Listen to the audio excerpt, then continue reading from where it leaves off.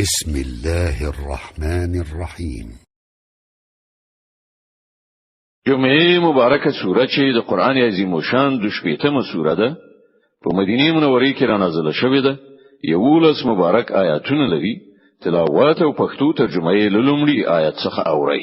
بسم الله الرحمن الرحیم. د الله په نوم چې ډیر زیات مهربان پورا رحم لرونکی دی. يسبح لله ما في السماوات وما في الأرض الملك القدوس العزيز الحكيم. الله په پاکۍ سره یادوي هر هغه څه چې په اسمانونو کې دي او هر هغه څه چې په ځمکه کې دي. پادشاه دی، ډیر سپېڅلی دی، برلاسی او د حکمت څښتن دی. هو الذي بعث في الأميين رسولا منهم يتلو عليهم آياته ويزكيهم ويعلمهم الكتاب والحكمة وإن كانوا من قبل لفي ضلال مبين. هغه ذات دی چې د ناپوهانو یعنی اومیانو په منځ کې پیغمبر په خپل له همغوی نه را پاتو چې هغه ته د هغه آیاتونه اوروي، د هغوی ژوند سپېڅلی کوي او هغه ته د کتاب او حکمت ښوونه کوي. په داسې حال کې چې لدینه مخکې هغوی په څرګنده گمراهۍ کې غورځېدلی وو. وآخرين منهم لما يلحقوا بهم وهو العزيز الحكيم. او دغه پیغمبر بعثت د هغو نور خلکو لپاره هم دی چې لا تر اوسه له هغو سره نه دی او ځای شوی. الله برلاسی او د حکمت څښتن دی. ذلك فضل الله يؤتيه من يشاء والله ذو الفضل العظيم. دا د هغه فضل دی چاته چې خوښ شي ورکوي او هغه ستر لورونکی دی. مثل الذين حملوا التوراة ثم لم يحملوها كمثل الحمار يحمل أسفارا بئس مثل القوم الذين كذبوا بآيات الله والله لا يهدي القوم الظالمين. کوم کسان چې د تورات حامل ګرځول شوي وو خو هغوی د هغه پیټه پورته نه کړ، د هغو مثال د هغه خر په څیر دی چې په هغه باندې کتابونه بار کړی شوي وي. لدینه هم ډیر بد مثال دی د هغو خلکو چې د الله آیاتونه دروغ ګڼلي. دغه چې ظالمانو ته الله هدایت نه کوي. قل يا أيها الذين هادوا إن زعمتم أنكم أولياء لله من دون الناس فتمنوا الموت إن كنتم صادقين.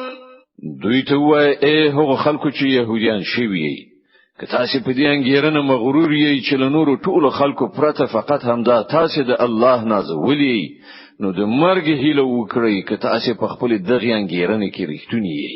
ولا يتمنونه أبدا بما قدمت أيديهم والله عليم بالظالمين.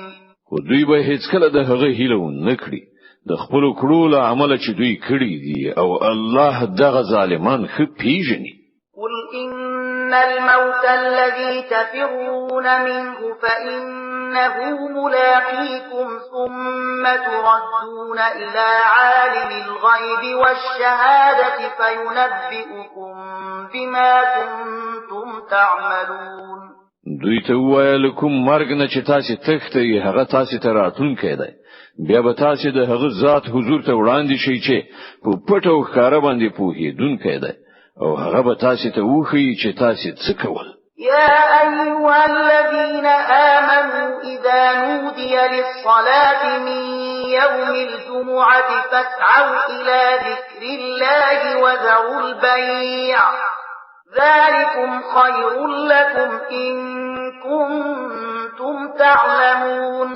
ای مؤمنانو کله چې د جمعې په ورځ د لمانځه لپاره ندا یعنی اذان وشي نو د الله د ذکر یعنی لمانځه خواته وزغلی او پیرل پلورل یعنی اخیستل خرڅول پرېږدي. دا ستاسو لپاره ډیره غوړه ده که تاسو پوهیږئ.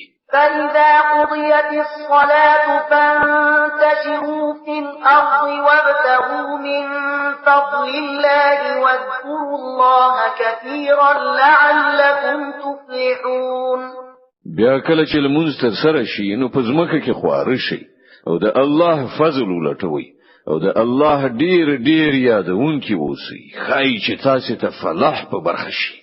وإذا رأوا تجارة أو لهوا انفضوا إليها وتركوك قائما قل ما عند الله خير من اللهو ومن التجارة والله خير الرازقين.